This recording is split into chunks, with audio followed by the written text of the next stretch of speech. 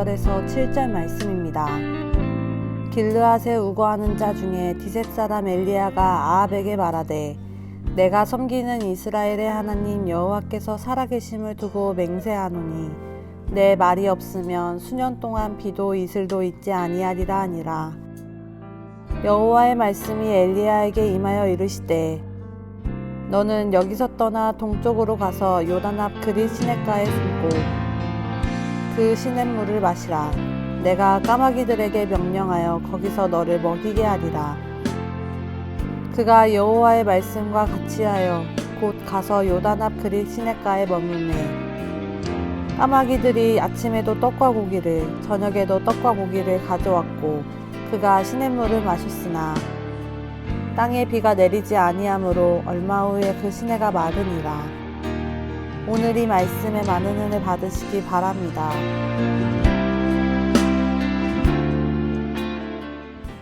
우리가 알고 있는 엘리야라는 인물이 실제로 성경에 등장할 때는 화려하게 등장하는 것은 아니라는 것을 저희가 보게 됩니다.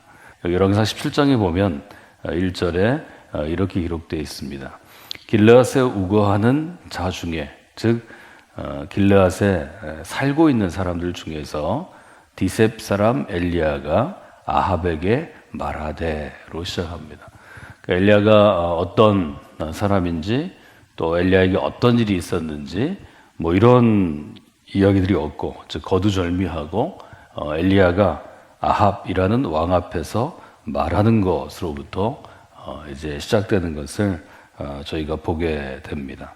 갑자기 왕 앞에 서서 뭐라고 얘기하는가 하면 내가 섬기는 이스라엘의 하나님 여호와께서 살아계심을 두고 맹세하노니 내 말이 없으면 수년 동안 비도 이슬도 있지 아니하리라 하니라, 이렇게 되어 있습니다. 그러니까 열왕기상 17장 1절을 저희가 읽는 것만으로도 1절에 굉장히 중요한 일종의 경고가 있고 또 하나님의 말씀의 선포, 선언이 있는데 이 말을 하는 사람에 대해서는 잘 알려져 있지 않습니다. 이제부터 성경을 읽는 이들이 이제 엘리야가 누군지를 알아가는, 말하자면 출발선에 있다 하는 것을 저희가 보게 됩니다. 열왕기상 17장 1절이 우리에게 주는 교훈을 먼저 우리가 생각해 보자면 하나님께서는 그 시대에 필요한 사람을 선택해서 사용하십니다. 쓰십니다. 하는 분명한 메시지를 여러분들이 보실 수 있습니다. 말하자면 엘리야가 굉장히 중요한 인물이긴 하지만 엘리야가 이 일을 감당하지 못하면 하나님은 또 다른 인물을 아마 사용하셨을 것입니다. 그것 때문에 엘리야는 어떤 출신인지, 이스라엘의 중요한 것은 가문이죠. 어떤 누구의 아들인지, 또 그 아버지나 할아버지가 어떤 가문을 이루고 어떤 일을 했는지 거기에 대해서 별 이야기가 없습니다. 여기 디셉 사람 엘리야, 그러면 우리로 얘기하면 예를 들면 전주 이씨, 그러면 전주에서부터 시작한 이시성을 가진 사람의 후예 정도로 알죠. 우리가 성씨를 얘기하는 것처럼 이것이 굉장히 중요한 배경이라고 볼 수는 없습니다. 자기가 살았던 데 길르앗이라는 곳, 또 디셉 사람으로 불리던 엘리야라는 인물, 이 정도만 얘기를 하는 것은 이 사람보다는 이 사람을 통해서 하나님께서 그 시대에 행하시는 일에 더 집중하게 하는 일종의 효과가 있습니다. 열왕기상 17장 1절이 우리에게 주는 것은 역사를 이끌어가는 근본적인 동력, 우리가 흔히 주인공이라고 얘기하죠. 역사의 주역은 어떤 한 사람의 특정한 사람이 아니고 하나님 본인, 즉 하나님 자신이라는 점을 성경은 굉장히 분명하게 쓰고 있습니다. 세상을 움직이는 것은 바로 하나님 스스로 써나가신다는 거죠. 이 점을 인정하는 것이 우리의 신앙생활에 있어서 아주 중요합니다. 성경은 어떤 시대, 또 어떤 사건, 어떤 상황에서도 하나님 자신이, 하나님께서, 하나님 스스로 그 시대를 이끌어 가신다고 고백합니다.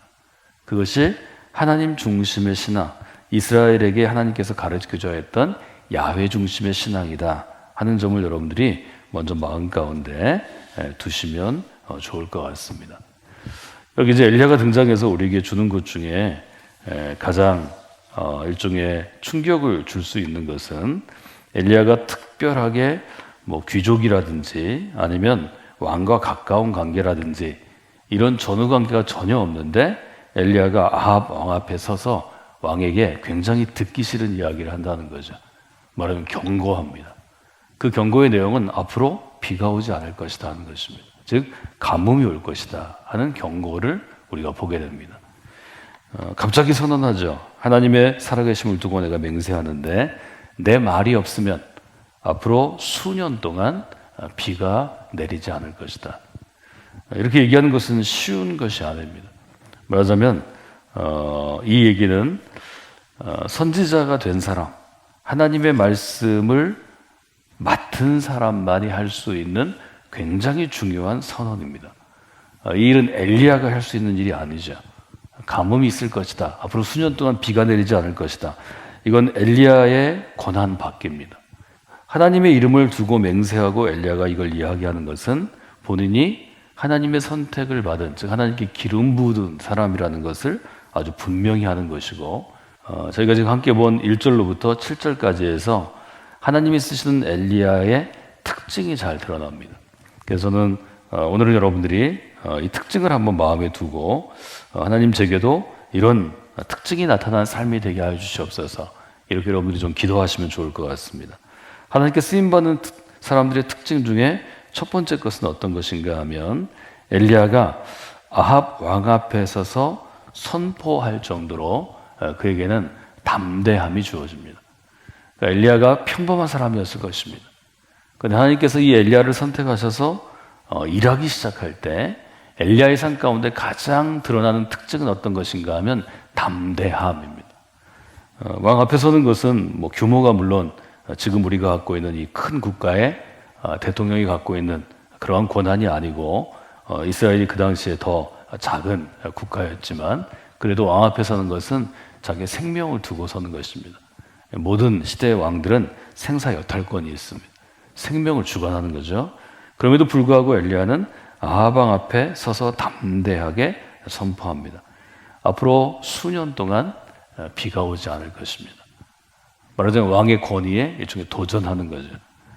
엘리야는 왕의 권위에 도전할 만한 힘을 갖고 있는 그러한 인물이 아니었지만 하나님께서 그를 일으키셔서 왕 앞에 세우시고 왕 앞에서 하나님이 맡겨주신 말씀을 전할 때 그에게는 어떤 용기, 담대함이 있었다는 것입니다.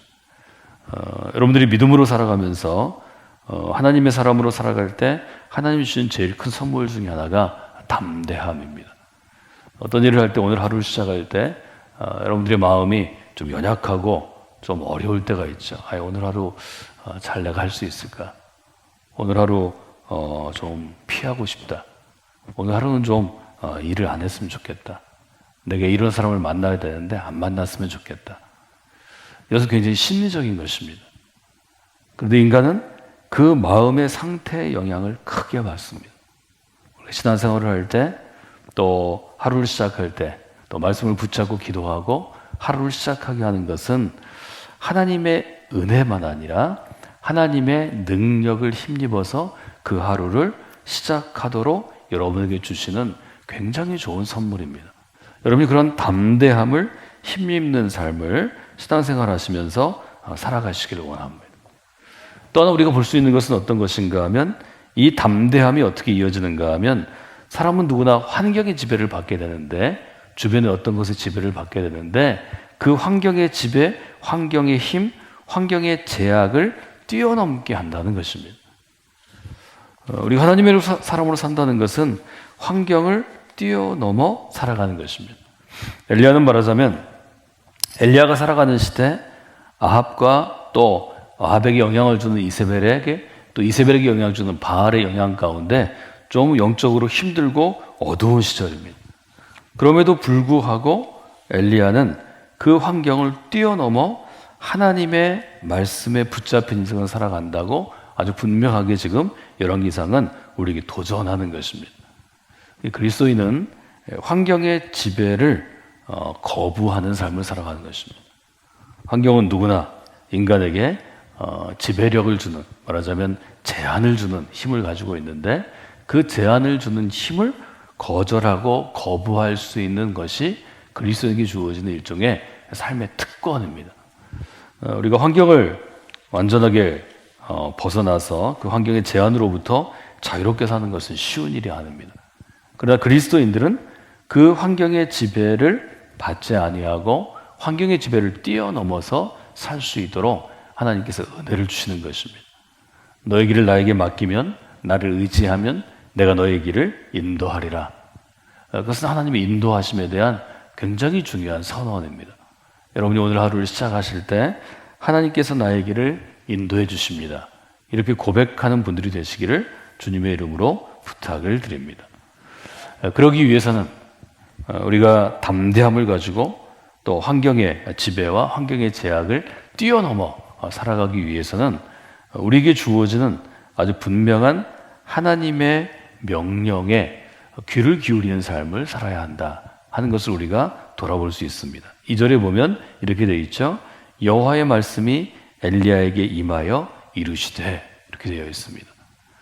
저희가 하루를 시작할 때 신앙생활을 좀 더 깊이 있게 하기를 원하고 좀 더 헌신된 삶을 살아가기를 원하고 또 신앙이 조금 더 잘 세워진 사람들이 하나님의 말씀을 붙잡고 하나님의 말씀을 깊이 생각하고 묵상하고 하나님의 말씀 중에 하나, 둘, 셋 실천할 것을 붙잡아서 하루를 시작하는 이유가 거기에 있습니다. 아주 분명하게 하나님의 사람들에게 하나님께서 그날 하루를 살아갈 영적인 양식을 주시는 것입니다. 여호와의 말씀이 엘리야에게 임하여 이르시되, 엘리야가 하나님의 명령에 의해서 도전에 의해서 왕 앞에 서서 왕에게 경고한 다음에 하나님께서 그 다음에 엘리야가 할 일도 주시는 것을 우리가 볼 수 있습니다. 여호와의 말씀이 엘리야에게 임하여 이르시되 넌 여기서 떠나 동쪽으로 가서 요단 앞 그리 시냇가에 숨고 그 시냇물을 마시라. 그 다음에 할 일을 하나님께서 명령으로 주시는 것을 우리가 돌아보게 됩니다. 5절에 보면 하나님께서 그렇게 명령하셨을 때 엘리야의 삶의 특징 또 그의 행동의 특징을 이렇게 얘기하죠. 5절 같이 읽어볼까요? 그가 여호와의 말씀과 같이 하여 곧 가서 요단 앞 그리가에 머물매, 이렇게 되어 있죠. 엘리야에게 주신 말씀을 그가 그대로 했다고 분명하게 성경은 도전합니다. 그가 여호와의 말씀과 같이 하여, 그렇게 되어 있죠. 말하자면 여호와의 말씀을 따라 살아간다, 이렇게 표현합니다. 하나님의 말씀을 따라가는 거죠. 그래서 엘리야의 삶에서 볼 수 있는 가장 중요한 것은 여호와의 말씀이 그에게 임했다 하는 2절의 표현이고 5절에 보면 그가 여호와의 말씀과 같이 행하였다 하는 표현입니다.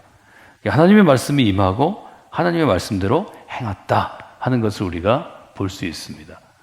여러분, 이 새벽에 하나님의 은혜 가운데 믿음으로 교회에서 새벽기도와 함께 하루를 시작하실 때 이러한 경험들을 여러분이 자주 하시면 좋겠습니다.